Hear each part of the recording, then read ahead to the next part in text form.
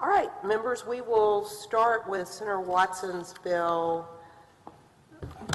Chair lays out Senate Bill 1640 by Senator Watson. Senator Watson, you're recognized. Thank you very much, Madam Chair. And I have a committee substitute that I would ask that we send up but not adopt, because I'm going to have a change that I need to make based upon conversations. Senator Zaffarini sends up the committee substitute, Senate Bill 1640. You're recognized. Thank you very much.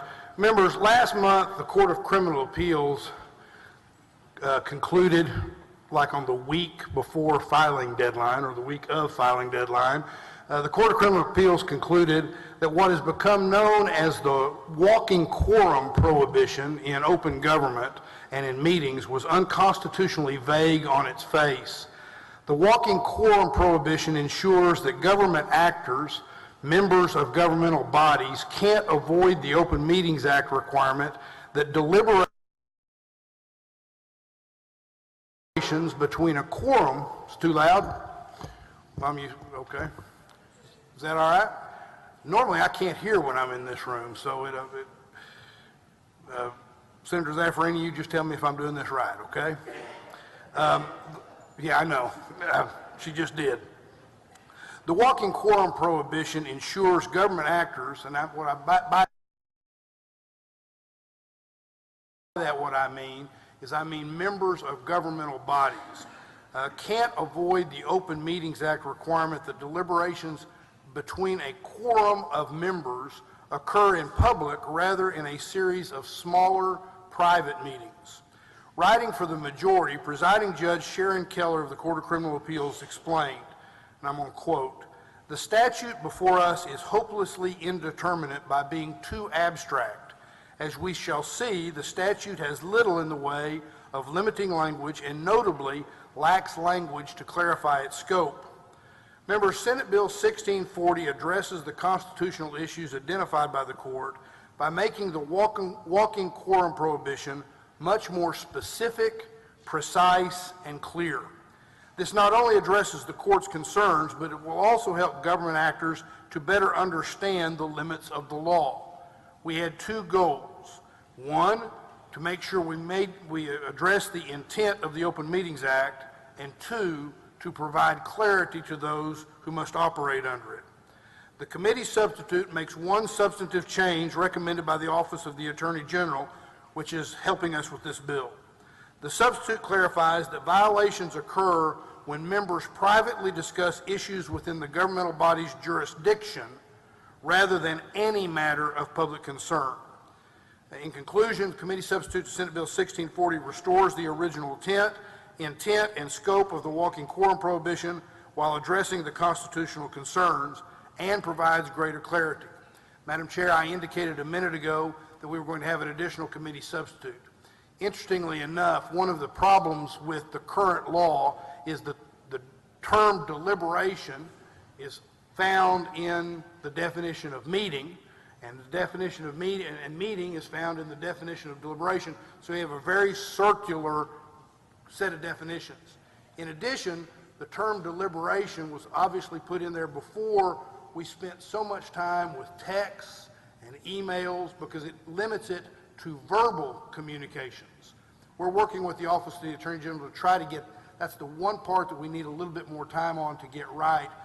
We're very close. We actually think we probably have it, but I wanted them to have more time today to clarify, and I'll bring that back to you as a new committee substitute. But I'd be happy to answer any questions.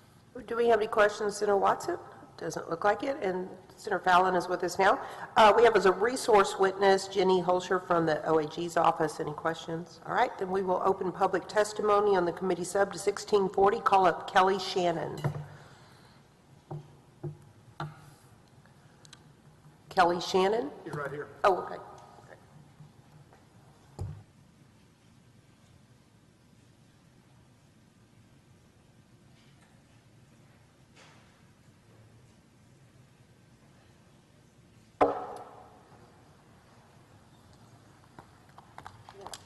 Go ahead, Ms. Shannon. All right. Hello. Am I talking at the right level? You're doing just fine. All right. Thank you.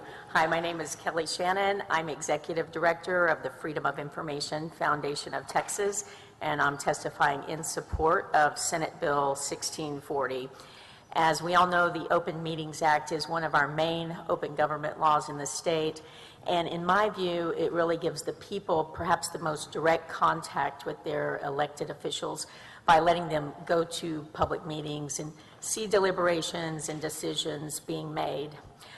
Citizens want, and the law demands, that these deliberations and decisions be made in the open.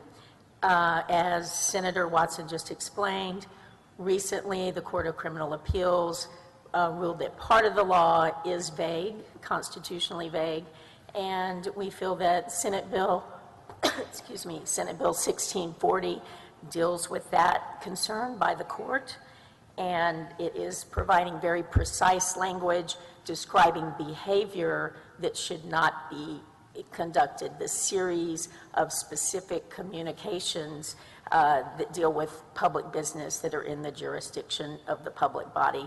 So by getting into this precise and specific language, we feel that it deals with what the Court of Criminal Appeals was concerned with, and this will make it understandable to everybody, if it wasn't before, that public deliberations need to happen in the open so that the citizens can see what's happening.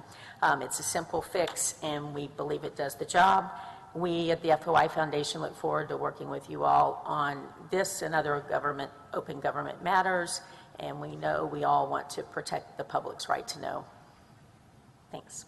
Right, thank you very much. Any questions? Okay, thanks for your testimony today. That's all the folks we have who want to submit public testimony. We have several cards registering a position in support of the bill without an objection. Those will be entered into the record.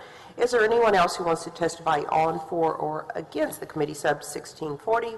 Closed public testimony. We'll leave that bill pending. Senator Watson, wait, you can come in next time we meet or whenever you're ready with your committee. That's great. Thank you very much, Yes, Madam sir. Chair. Thank you, members. All right, thank you.